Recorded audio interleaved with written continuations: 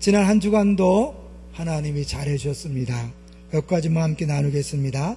제가 감사 제목 나눌 때 가능한 시사에 대한 건 전혀 하지 않는데요, 오늘은 해야 될 것 같습니다. 우리나라가 독일에 2대0으로 승리한 것을 감사합니다.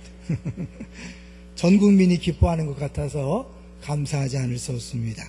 특별히 골키퍼로 수고한 친구가 누나한테 보낸 카톡이라고 이렇게 아들이 보여주는데, 골을 막을 때마다 주여 주여를 수십 번 외친다, 그런 내용을 보면서 더 감동이었습니다. 아마 그래서 이긴 게 아닐까요? 사실 두 골은 주워놓고 골키퍼이 잘 막아서 이긴 것 같아서 감사합니다. 두 번째로는 이제 우리 교회 성도들이 자발적으로 계속해서 잘 섬겨주시는 것 때문에 감사한데요, 여러분 자세히 보신 분 알겠지만 계단을 올라올 때 달라진 거 보셨습니까? 옛날에 있었던 갓 달린 그 형광등을 다 빼고요, LED 등으로 다 바꿨습니다. 우리 집사님 두 분이 이 무더운 여름철에 사다리를 타고 계속 오르락내리락 하면서 그것을 다 바꿔주셨습니다. 너무 감사하고요. 교회가 달라졌어요. 그뿐 아니라 이제 원곡동에 외국인을 위한 사역자들 힐링 캠프, 또 양아진 방문, 또 이교구가 특별 기도회, 지난주에는 또 피 뽑는 헌혈로 섬겨주신 많은 분들이 자발적으로 한다는 것이 너무 감사해요. 누가 시켜서 한 게 아니라 하나님께서 우리 교회에 보내주신 일꾼으로서 하나님이 보여주신 것들을 헐선수범하는 것에 대하여 감사한 마음을 드립니다. 세 번째로는요, 우리 소망 패밀리와 식사를 하게 됐는데요, 소망 패밀리가 저희 부부하고 행정목사를 여름 잘 나라고 점심 식사를 대접했습니다. 그것도 감사한데요, 또 우리 조승복 목사님 어렵다고 우리 패밀리가 소망 패밀리에서 돈을 좀 모아서 전달하시는 걸 보면서 참 감사했어요. 왜냐하면 섬김을 받아야 되실 분들인데 그렇게 섬기려고 애를 쓰는 모습이 너무 감사하고, 우리 교회가 이렇게 평안한 이유 중에 하나가 소망 패밀리예요. 왜냐하면 가장 어르신들이 모여서 불평하고 원망하고 싸우고 그러면요, 교회가 시끄러울 텐데 늘 모여서 교회 자랑하고 감사하는 그런 얘기들 하시니까, 이게 한 몸이기 때문에 한쪽에서요 감사하고 막 기뻐하면 전체 영향력이 있는 거죠. 그런 의미에서 우리 소망 패밀리 때문에 또 한번 감사를 드립니다. 자, 이제 오늘 제목을 한번 볼까요? 오늘 제목이 뭡니까? 내가 그들에게 복을 주리라. 내가 그들에게 복을 주리라. 여러분, 축도는 왜 예배 마지막에 할까요? 축도. 결국 예배 시간에 이제 하나님 앞에 온전한 관계를 맺은 이제 성도들에게 하나님께서 주시는 약속이죠. 오늘 본문은요, 일종의 축도예요. 구약에 나오는 축도예요. 근데 이 축도 내용을 모세가 처음 받았을 때, 들었을 때 어땠을까요? 모세가 깜짝 놀랐을 거예요. 왜 깜짝 놀랐을까요? 한번 보겠습니다. 모세가 놀랄만한 것이 있는데요, 24절을 보시면, 24절 시작. 원하며 여호와는 그의 얼굴을 내게 비추사 은혜 베푸시기를 원하며 여호와는 그 얼굴을 내게로 향하여 두사 평강 주시기를 원하노라 할지니라. 여호와의 얼굴을 내게 비추사, 여호와의 얼굴을 내게 향하여 두사. 모세는 깜짝 놀란 일이에요. 왜냐하면 모세가 하나님 앞에 요청했잖아요. 하나님, 당신을 좀 보고 싶습니다. 보여주세요. 그랬을 때 하나님이 안 돼. 나를 본 자는 다 죽어. 그래서 하나님이 얼굴을 보이지 않고 등만 보여주는 그런 모습이 보이잖아요. 근데 그랬던 하나님이 어떻게 이 자리에서는 얼굴을 비춰주시고 얼굴을 돌리신다고 말씀할까요? 네, 이유가 있습니다. 이 축복 내용이 어디에 위치해 있는가를 보셔야 돼요. 어디 있습니까? 6장 마지막 부분에 있어요. 그러니까 이게 어찌 보면 어울리지 않는 곳에 있는 거예요. 그런데 이 6장은 어떤 내용이냐면 나실에 대한 얘기고, 더 크게 해서 5장과 6장은 거룩하신 하나님과 이제 광야 생활에서 동행할 때 가장 주의할 점을 이야기하는 거예요. 근데 그것이 뭐냐면 죄와 부정을 어떻게 제거할 것인가, 더러움들을, 죄를 어떻게 제거할 것인가를 쫙 설명한 다음에 마지막에 딱 축복 내용이 있는 거죠. 좀 감이 잡히나요? 그러니까 결국 이 죄와 부정의 모든 문제가 해결된 백성에게 하나님께서 복을 주시되 하나님을 직접 만날 수 있는 그런 복을 준다는 거죠. 사실은 언제부터 인간은 하나님을 직접 뵐 수 없게 됐을까요? 아시죠? 에덴 동산에서 처음에 하나님 만들었을 때는, 인간을 만들었을 때는 마음껏 하나님과 교제하면서 살 수 있었어요. 근데 선악을 알게 하는 나무 열매를 따먹은 순간 마음속에 두려움이 왔죠. 그래서 하나님의 음성을 듣고 하나님의 낯을 피하여 숨었다. 기억나시나요? 창세기에 보면 하나님의 낯을 피하여 숨었어요. 결국 인간이 낯을 피해서 숨었지만 결국 그때 이미 하나님과의 관계가 끊어진 거죠. 하나님의 얼굴을 잃어버린 거죠. 근데 하나님이 다시 이스라엘 백성에게 이 얼굴 이야기를 하셔요. 이건 뭐예요? 이제 하나님이 이런 죄와 부정의 문제를 다 해결한 이스라엘 백성들에게는 얼마든지 찾아오셔서 대화하시고 복 주시고 은혜 주시고 평강 줄 수 있다는 것을 보여주는 거죠. 그러니까 결국 이 죄의 문제가 해결되는 것이 필요했던 거예요. 그래서 사실은 레위기 1장부터 시작된 계속된 그 복잡하고 정말 너무 어떻게 보면 시시콜콜한 것까지 다 이렇게 말씀하셔서 이렇게 해라 저렇게 해라 했던 이유가 뭘까요? 이유는 단 하나, 이스라엘 백성에게 복 주시기 위해서. 할렐루야. 하나님의 마음이 그거예요. 하나님 이스라엘 백성들에게 복 주기를 원하셔요. 우리들에게 복 주기를 원하셔요. 믿습니까? 하나님은 복 주고 싶어서 안달이 나신 분이에요. 근데 문제는 복을 줄 수 없는 이유는 죄의 문제가 있기 때문에 그래요. 그 죄의 문제가 해결되어야 하나님 우리를 찾아오실 수 있고 우리에게 얼굴을 향할 수 있고 얼굴을 들 수 있고 복을 줄 수 있는 거예요. 그래서 하나님 먼저 레위기 1장부터 민수기 6장까지 계속해서 정결에 관한 것, 하나님 앞에 나와 제사 드리는 법, 이런 것들을 쭉 얘기한 다음에 마지막에 복을 선포해라. 그럼 내가 복을 주겠다. 자, 22절 볼게요. 22절 시작.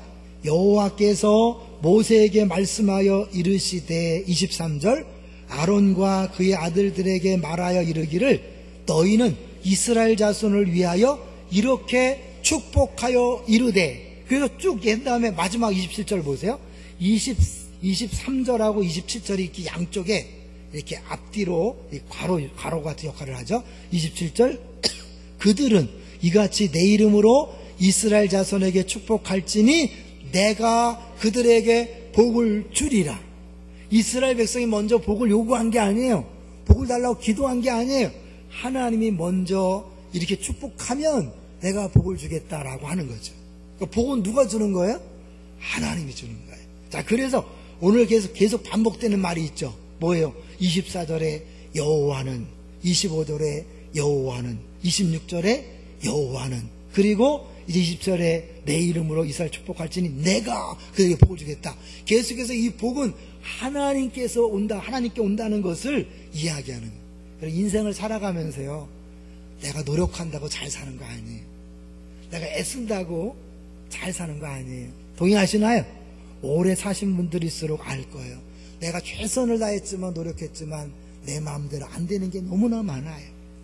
그거를 빨리 깨닫고 하나님 앞에 나와 복을 구하는 것, 그것이 최고의 은혜예요.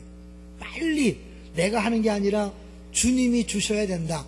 주님 외에는 방법이 없다고 느끼는 게 필요한데, 하나님은 우리가 그래 나오기 전에 먼저 복 주려고 이렇게 복을 선포하는 거예요. 자, 그런데 여기 이제 구체적으로 어떤 복인가 볼게요.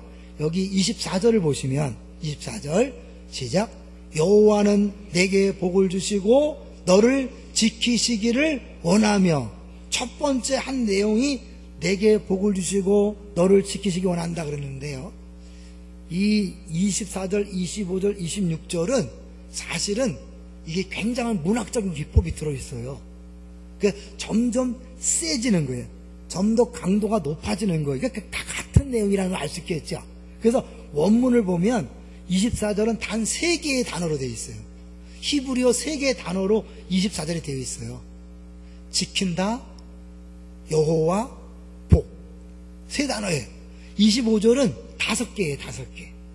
그 다음에 26절은 몇 개일까요? 3, 5, 7, 7개예요.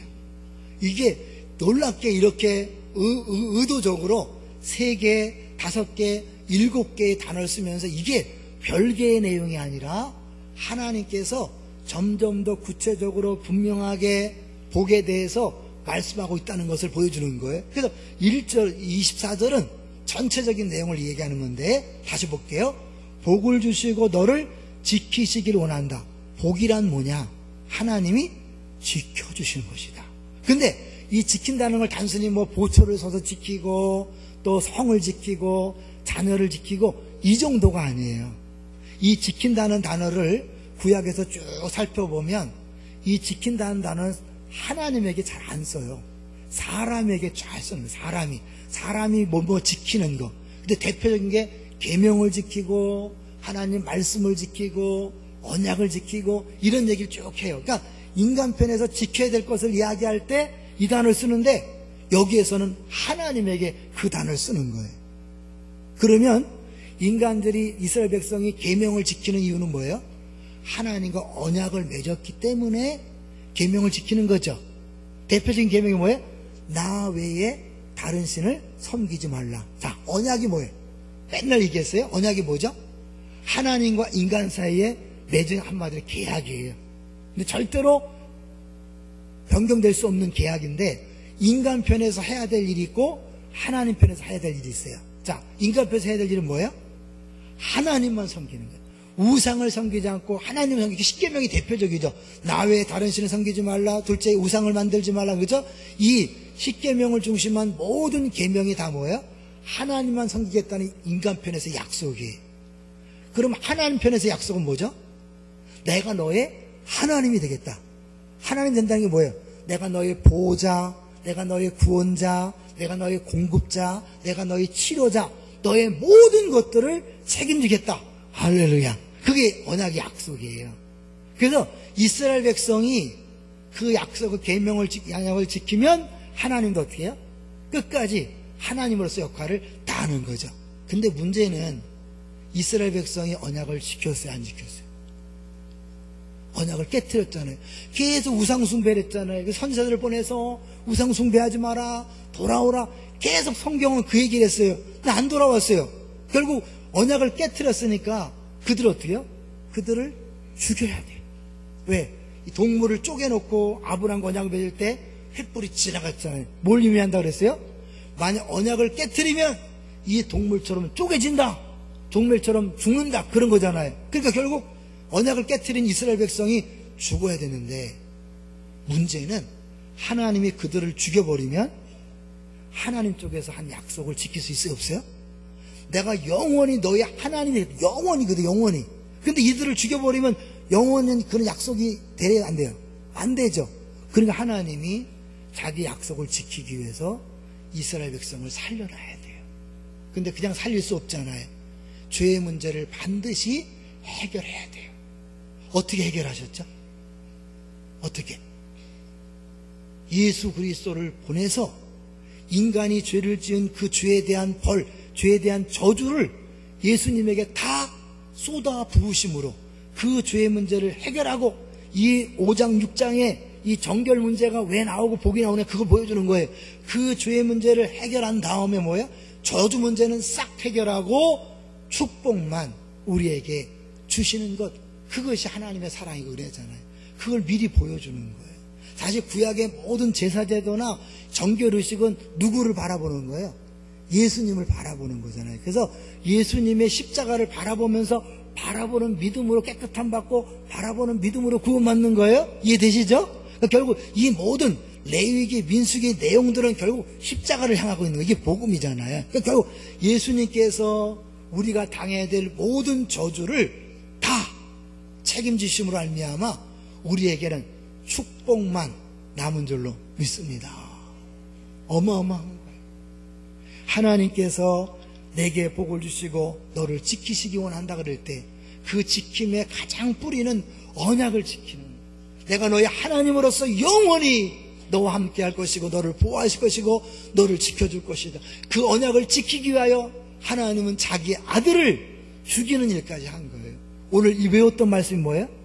우리가 아직 죄인 되었을 때에 그리스도께서 우리를 위하여 죽으심으로 하나님께서 우리에 대한 사랑을 확증하셨느니라.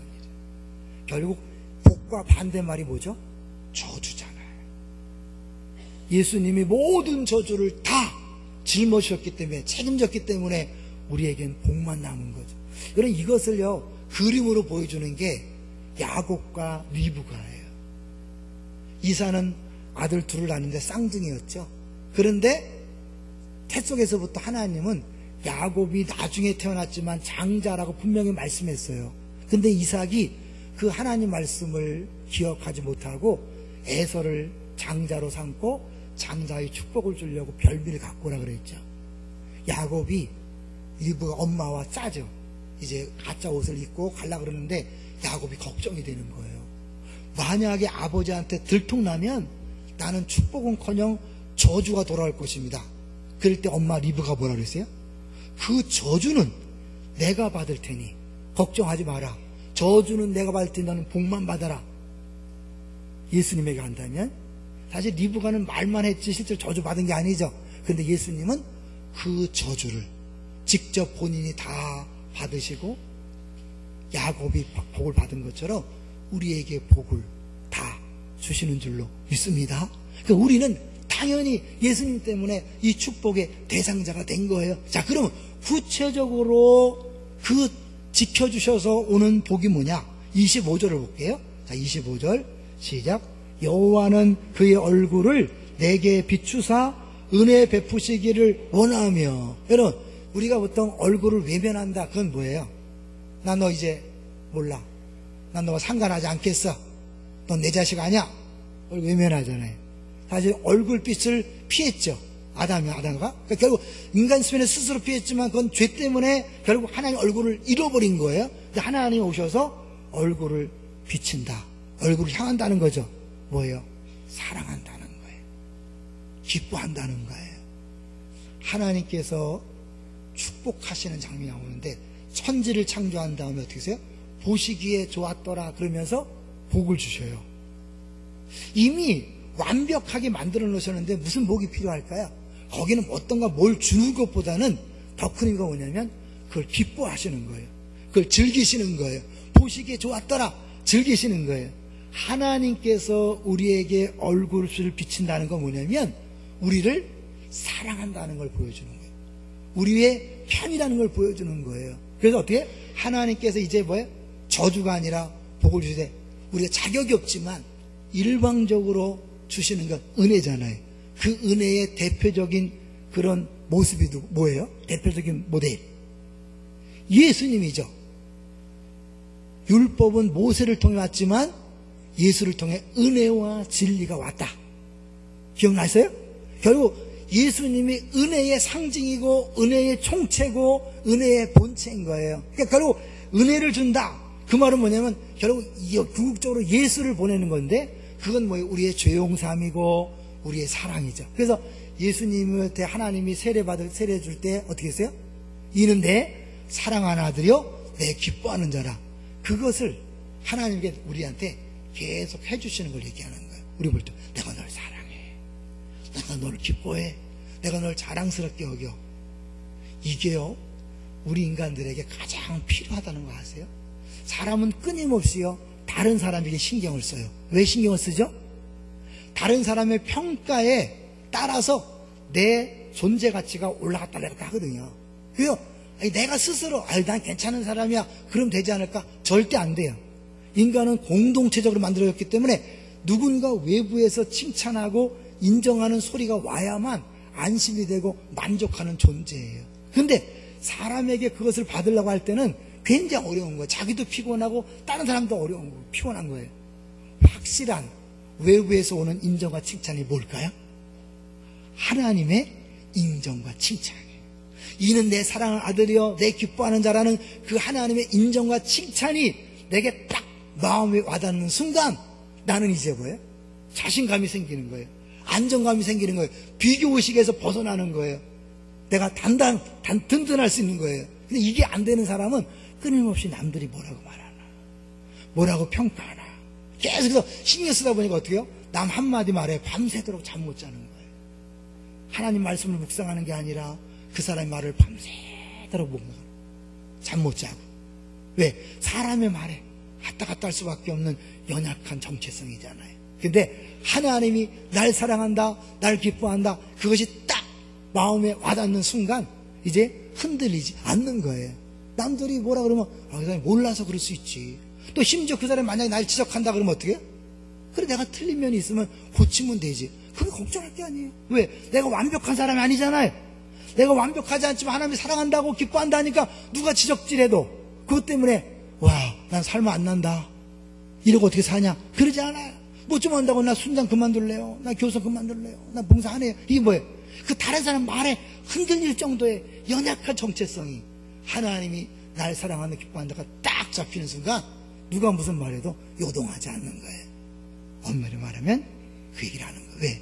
예수님이 내 안에 오심으로 하나님은 나를 내 개인으로 보는 게 아니라 예수님을 보고 똑같이 사랑한다고 기뻐한다고 그리고 사랑스럽게 여긴다고 말씀하는 줄로 믿습니다. 이게 복음이에요. 근데 더 확실하게 그것 갖고는 난 부족한데 그런 사람이 있을 거예요. 자, 26절을 보겠습니다. 26절 시작.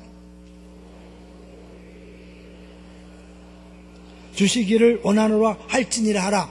더 뭐예요? 더 확실한 것이 평강이에요. 이게 은혜가 주어진 사람에게 나타나는 결과가 평강이에요. 평강은 샬롬인데 들은 말로 그냥 평화, 전쟁이 없고 뭐 고통이 없고 이 정도가 아니에요. 성경에서 말하는 샬롬이란 단어에는 우리 안에 있는 깊은 내면적인 욕구를 충족시켰다는 거예요. 그래서 어떻게?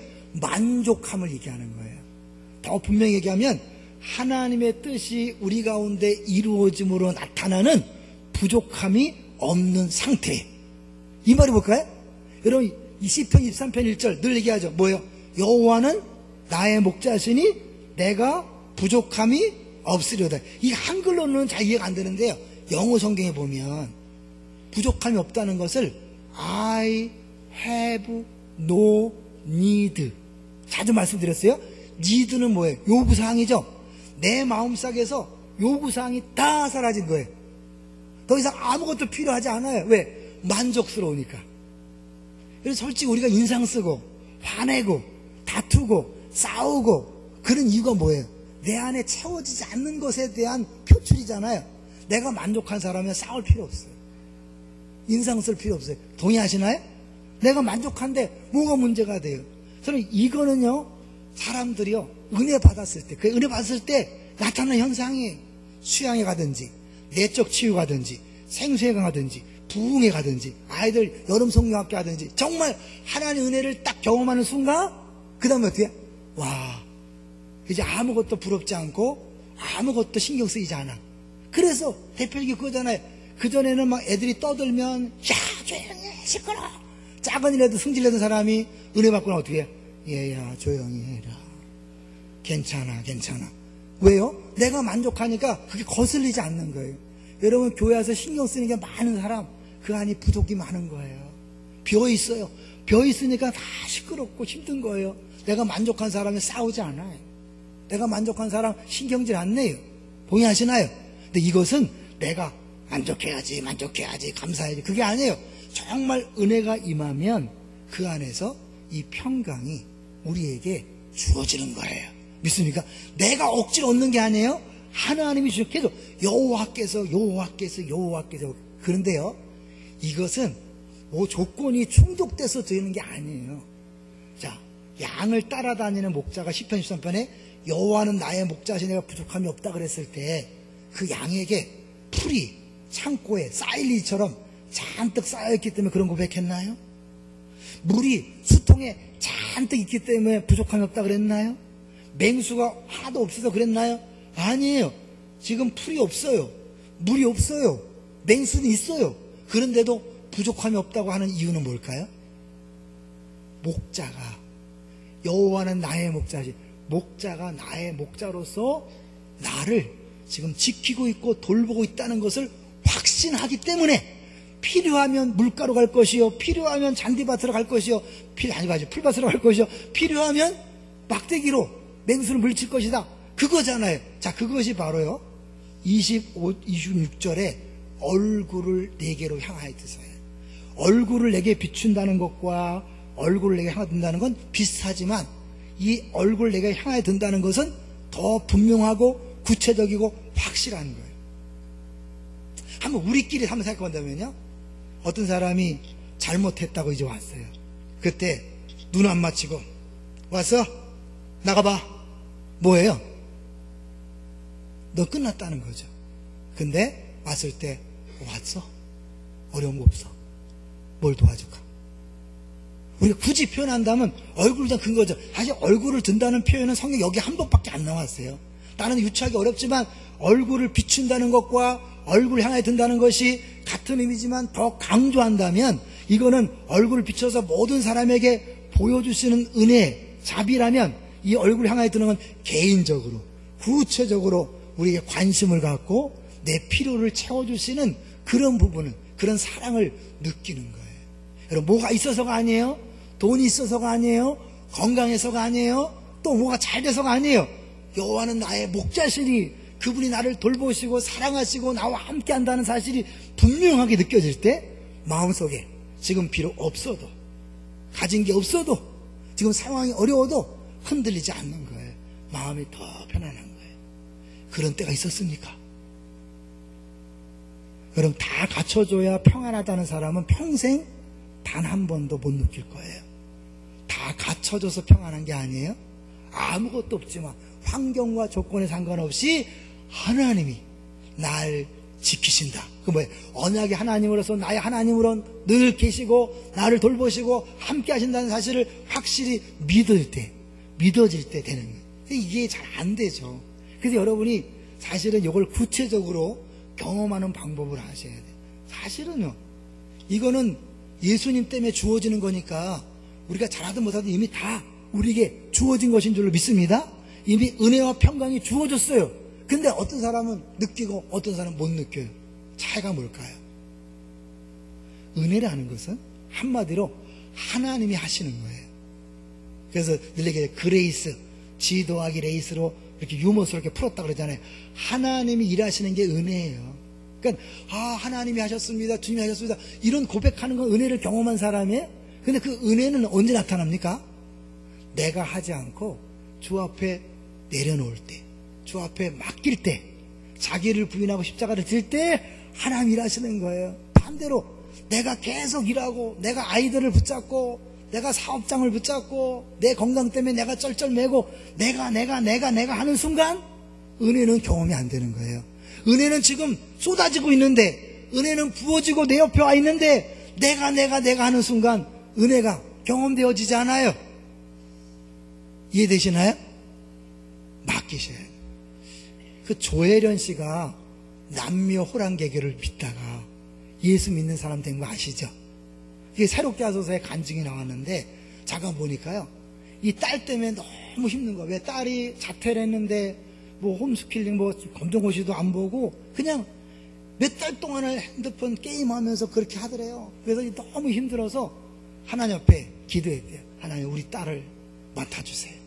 내가 할 수 없습니다. 맡아주세요. 하나님 맡기는 거죠. 그러니까 책임을 돌리는 거죠. 그랬더니 마음이 편안해지더래요. 몇 개월 지나서 갑자기 애가 정신 차렸는데 어떻게 인터넷 채팅방에서 만난 애가 총신대 신학생이더래. 신학생. 근데 걔가 말을 다 들어주고 막 하면서 나 이제 교회 가겠다고. 그 엄마가 그렇게 가기를 원해도 안 가다가 그 채팅방에서 만난 총신대 신학생의 이야기를 통해 자기 거기 가겠다고 하고 그 문제가 해결됐다는 거예요. 그러면서 하는 고백이, 내가 하려고 하면 안 되는데 하나님 앞에 맡기니까 하나님이 일하시더라. 믿습니까? 여러분, 우리가 똑같이 교회 다니고 신앙생활 하지만 끊임없이 내가 하는 분들이 있어요. 그럼 내가 하면 조금 되죠. 근데 마음에 평안과 기쁨이 없잖아요. 자꾸 내려놓는 작업을 하셔야 돼요. 이미 주어졌거든요. 이미 우리 와 있거든요. 왜? 예수님이 은혜 자체잖아요. 그분이 와 계신데 은혜는 당연한 거죠. 근데 내가 하려고 하니까 은혜가 경험되어지지 않는 거예요. 나를 내려놓아서. 두 번째, 평강이요? 평강은 어떻게 경험되죠? 빌립보서에 보면 이런 말씀이 있어요. 아무것도 염려하지 말고 오직 모든 일에 기도와 간구로 너희 구할 것을 감사함으로 하나님께 아뢰라. 그리하면 모든 지각에 뛰어난 하나님의 평강이 너희 마음과 생각을 지키시리라. 여러분, 이 모든 지각에 뛰어나다는 표현에 주목해 보세요. 이해가 안 되는 거예요. 똑같이 병들었어요. 똑같이 가난해요. 똑같이 애들은 속썩이고 방황하고 있어요. 그런데 어떻게요? 신기하게 이 마음속에 두려움과 염려가 다 사라져가고요. 만족해. 미쳤나? 미쳤나? 돌았나? 이럴 정도. 왜? 이해가 안 가는 거죠. 모든 지각에 뛰어난 하나님의 평강이 하나님이 주셨기 때문에 상황과 조건에 상관없이 만족한 거예요. 더 이상 요구사항이 없는 거예요. 애들이 안 변해도 괜찮아요. 남편이 안 변해도 괜찮아요. 아내가 안 변해도 괜찮아요. 왜 변해야 되죠? 그건 여러분 내 계획과 내 뜻대로 되길 바라는 거잖아요. 꼭 내 계획대로 돼야 되나요? 아니잖아요. 우리가 이제 맥주감사절이니까 이게 하나님이 이미 우리한테 6개월 동안 잘 해주셨는데 우리가 못 느끼는 분이 있을 거예요. 맥주감사절인데 난 감사할 게 하나도 없다 이런 분이 있을 거예요. 한번 생각을 돌리기 위해서 몇 가지 얘기해 보려고 그래요. 이런 김연경 선수라고 아시죠? 배구 월드스타 김연경. 정말 세계에서 손꼽히는 선수예요. 안산 출신이에요. 그런데 이 선수가요, 잘하는 공격만 잘하는 게 아니에요. 수비를 잘해요. 우리나라 국제대회 가면요, 공격수들이 수비를 못해갖고 서브에 농락을 당하잖아요. 근데 이 선수는 수비를 잘해. 왜 그런지 아세요? 학생 때 배구한테 키가 안 크는 거예요. 키가 안 크니까 공격을 못하고 수비 연습을 열심히 했어요. 그러다가 키가 크면서 공격수를 한 거예요. 미리 키 작을 때 그때 수비 연습 해놓은 게 월드스타가 되는 기초가 된 거예요. 이해되세요? 우리가 힘들다 어렵다 왜 이러냐 왜 빨리 키가 안 크냐 쩔쩔맬 때 그때 이미 하나님은 월드스타를 준비시켜 놓은 것인지 우리가 어떻게 알겠어요? 뭐 김연경은 예수 믿는 잘 모르니까 오늘 이제 우리 축구 선수 현수 씨를 얘기할 거예요. 그 누나한테 카톡에 보냈다고 하잖아요. 이 선수 난 처음 본 선수예요. 난 누군지 몰라요. 근데 대구 FC 골키퍼래. 대구 FC. 대구 FC는 거의 하루쯤이에요. 근데 여러분 잘하는 팀의 골키퍼가 어려울까요? 못하는 팀의 골키퍼가 어려울까요? 예? 잘하는 팀? 그 정도는 아셔야 되는데 여러분 잘하는 팀은요 공격력이 좋기 때문에 이 골키퍼 할 일이 별로 없어요. 왜냐면 상대편은 수비하기 바빠갖고 공격을 못해. 그 골키퍼 놀아야 돼. 연습할 틈이 없어요. 못하는 팀은요 계속 공격을 받으니까 어떻게 해요? 계속 막아야 돼요. 저는요 이번에 골키퍼 잘한 이유가 못하는 팀 골키퍼였기 때문에 열심히 막다 보니까 그러니까 이 세계 선수들 거 막지 않았을까요? 생각해보세요. 우리는 지금 어렵고 힘든 것만 봐요. 하나님이 주신 거라면요 이유가 있는 거예요. 하나님께서 지금 그 작업을 통해서 하고자 하는 게 있는 거예요. 일부 예배를 우리 이기영 목사가 이제 설교하는 걸 제가 목양실에 듣고 있었는데요. 자기 얘기를 하더라고. 자기는 진짜 목사 될 사람이 아니라고. 내가 봐도 목사 될 사람이 아니에요. 그런데 어떻게 목사가 됐냐면 그 어머니가 사실은 베체트병이라고 해서 불치병으로 인해서 동산교회에서 일본 기도 제목 1번이었어요. 수천 명이 늘 기도하는 1번. 환자들 할 때 1번이었어요. 우정이 베체트병. 그런데 그 기도가요. 사실은 어머니란 기도보다도 그 아들에게 온 것 같아요. 저는 그 이경 목사가 자기 고백을 쭉 하면서 하나님이 신기하게 막 교통사고 났는데도 도와서 살려줬고 막 그랬다고 하더라고요. 누구 때문에요? 하나님이 보호하신 거죠. 지켜준 거죠.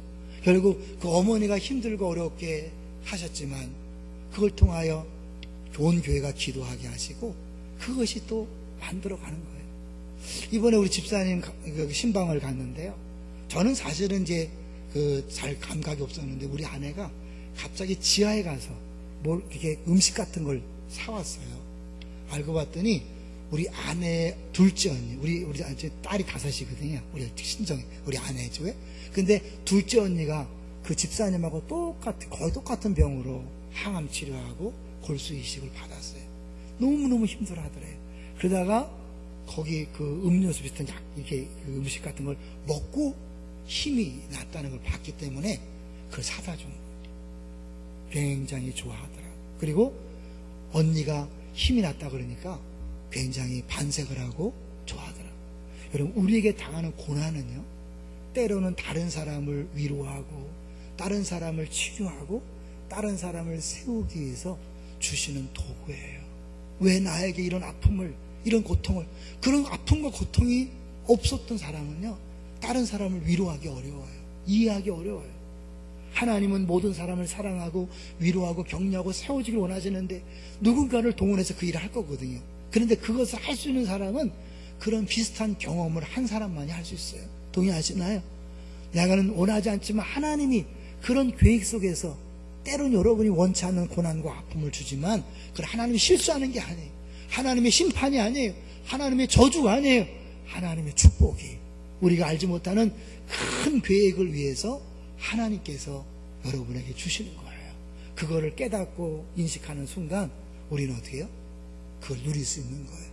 그게 안 될 때마다 어떻게 해요? 기도하는 거예요. 우리 머리로는 이해가 안 되니까 하나님 이게 뭡니까? 왜 나한테 이렇게 고난이 오래됩니까? 왜 해결이 안 됩니까? 기도하는 거예요. 그러면 기도하면 모든 지각에 뛰어난 하나님의 평강이 찾아오는 거예요. 하나님이 주시는 거예요. 기도하지 않으니까, 죄송하지만 기도하지 않으니까 주어진 평강을 누리지 못하는 거예요. 우리에게 이미 은혜의 평강은 주어졌지만 기도해야 합니다. 이제 하나 마지막으로 얘기할 거예요. 이 축복을 누리기 위해서 꼭 기억해야 될 것은 뭐냐면, 이 축복을 누가 하는 겁니까? 여기 보세요. 누가 보고 하라 그랬어요? 자, 27절, 23절, 27절 다시 볼게요.